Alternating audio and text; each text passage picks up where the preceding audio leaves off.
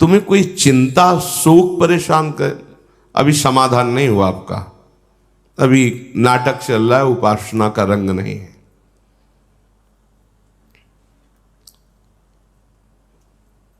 यह अंतःकरण स्वयं भगवत स्वरूप हो जाता है। चिंतन फिर करना नहीं पड़ता, रोके नहीं रुकता, अगर रोकना चाहो तो नहीं रुक सकता।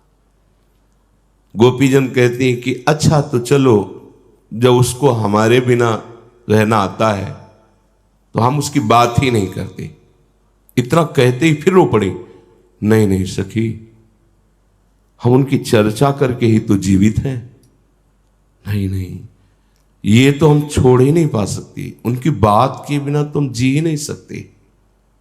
अब तो हम चाहें भी तो उनका चिंतन नहीं छोड़ सकती, उनकी वार्ता, यही तो हमारा जीवन है। तव कथामृतम तप्त जीवन। ये नींद आदि विषय भोग आदि दोष तभी तक रहते हैं जब तक आपका लक्ष्य नहीं बना प्रिया प्रीतम की प्राप्ति। लक्ष्य बन जाएगा, सच्ची मानिए, दवाइयां खवाने पर भी असफल रहती हूं, वो नींद में नहीं ला पाती, क्योंकि जिन यंत्रों को उनको बेहोश करना है वो चैतन्य घन सच्चिदानंद प्रभु के चिंतन में, ये औषधियां उस चिंतन को थोड़ी रोक सकती।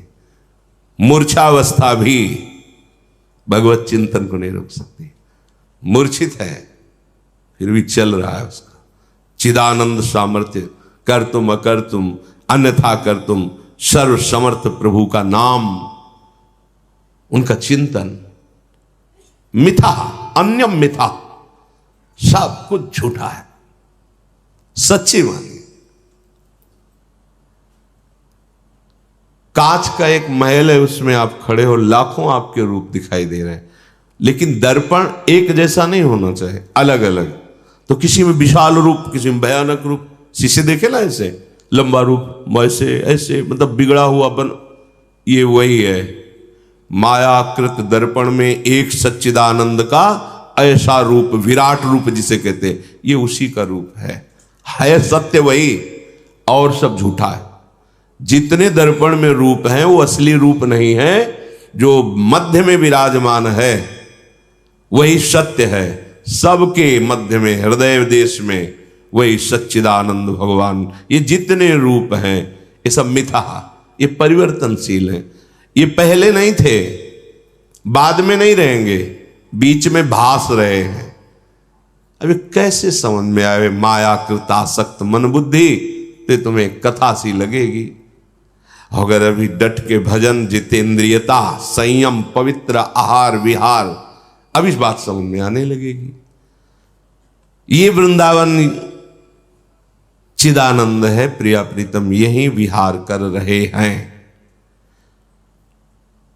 पर तीव्र अनुराग इनकी तरफ, तीव्र मंद वैराग्य से काम नहीं चलता। विषय मिला तो भोग लिया, नहीं मिला तो भजन कर रहे हैं। प्रणाम योग्य है, कम से कम लगा तो है भजन, पर वो चिदानंद दर्शन करने का अधिकारी नहीं।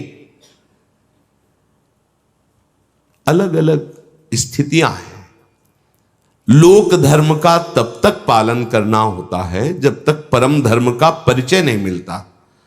परम धर्म का परिचय, भागवत धर्म का परिचय मिलते। त्यज लोक धर्मान, आदेश शास्त्र में, त्यज लोक धर्मान, त्रैगुण्य विषयावेदा निस्त्रैगुण्य भवा अर्जुन, यही संकेत है। त्यज लोक धर्मान सर्वधर्मान परित्यज्य मामेकम शरणम।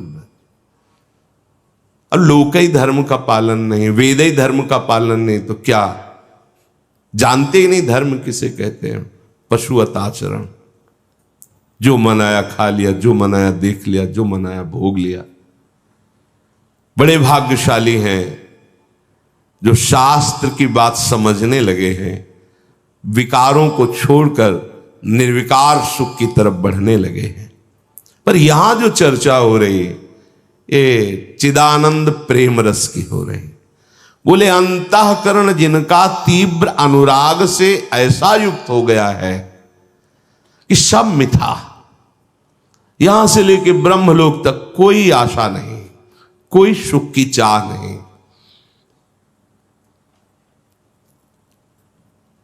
ये तभी आता है, नाम जप करो, नाम जप करो, जैसे बने नाम जप करो। मान लो एक बात के लिए केवल परीक्षित जी ने कलयुग को छोड़ा, नहीं तो ऐसे सामर्थ्यशाली थे। नहीं, तुझे अपने शासन काल में मैं नहीं रहने दूंगा। पर एक बात नहीं कि जो हजारों वर्ष तपस्या करने का फल था वो केवल नाम कीर्तन से, नाम जपने से मिल जाएगा। जो हजार हजार वर्ष समाधि भगवत प्राप्ति के लिए पर्याप्त नहीं थी, वो यहां बहुत कम समय नाम जपने पर भी भगवत साक्षात्कार की योग्यता प्रकट कर देगा। इसलिए इसको रखा है। इसका महान गुण है दान धर्म अर्थात दूसरों की सेवा करते हुए और नाम जप। ये दो बातें बहुत जल्दी निष्पाप कर देंगी, बहुत जल्दी हृदय पवित्र कर। नहीं, इतने समर्थ महाराज थे कि वो बाण चढ़ा ही लिया था, तो भाग कहां तक भागेगा, मेरे भय से तू टिक नहीं सकता जब तक मेरा शासन काल है। एक महान गुण इसका देखा। यदि इस कलयुग में भगवान नाम जप लिया जाए और दूसरों को सुख पहुंचाने की भावना की जाए तो कलयुग अपना प्रभाव नहीं डाल पाएगा और उसको सहयोग करेगा। जो दसियों हजार वर्ष की तपस्या से होना असंभव था वो नाम जप से हो जाएगा। कलयुग में प्रधानता है। संप्राप्त मिवावहन नव नवात्याश्चर्य कैशोरकम। जेव ही हृदय तीव्र अनुराग से युक्त हुआ तो अब नेत्र खुल गए, ही के नयन निहा। अब वो देख रहा है, इन्हीं नयनन सब सुख देखे, अपनो जन्म सुफल करे। देख रहा है नव किशोरी नव किशोर को, जिनके चरणारविंद भगवान शिव के ध्यान में प्रकट हो जाए तो या तो अखंड समाधि लग जाती है या आनंद उन्मत्त होकर के तांडव करने लगते हैं। वो प्रभु और हमारी प्रिया जो ये दोनों गलबैयां दिए हुए निकुंज भवन से पधार रहे हैं और ये आप अपनी दृष्टि से देख रहे हैं। बिना सहचरियों की चरण रज प्रताप कृपा के कोई सुख को झेल ही नहीं सकता। महाप्रेम सुख उस उपासक को प्राप्त होता है जिसने तीव्र वैराग्य के द्वारा अनुराग को प्राप्त कर लिया है। जिस अनुराग में त्रिभुवन के सारे सुख सारे पद झूठे मिथ्या अनुभव होने लगे। ऐसा वेदांत वेद सूत्र ब्रह्म सत्यम जगन मिथ्या, तभी वो मोक्ष को प्राप्त होता है। धामत द्वंद्व मतीव मोहन महो तद गौर नील मुदा। आहा, अब ऐसे युगल किशोर ने उसके मन चित्त बुद्धि को मोहित कर लिया। चित्त चोर युगल सरकार ने अस्तित्व ही खत्म कर दिया उपासक का। अब वो दिखाई देता है अमुक अमुक, अब वो नहीं, ढांचा भर है अंदर युगल सरकार का खेल चल रहा है। नव किशोरी नव किशोर ये गौर श्याम जोड़ी उसके हृदय पर अधिकार कर लिया।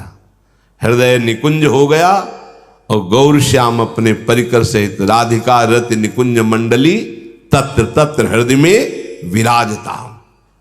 जहां भी है वो प्रिया प्रीतम उसके हृदय में खेल रहे, इसी खेल में सम्मिलित है, इसी खेल में वो सम्मिलित है।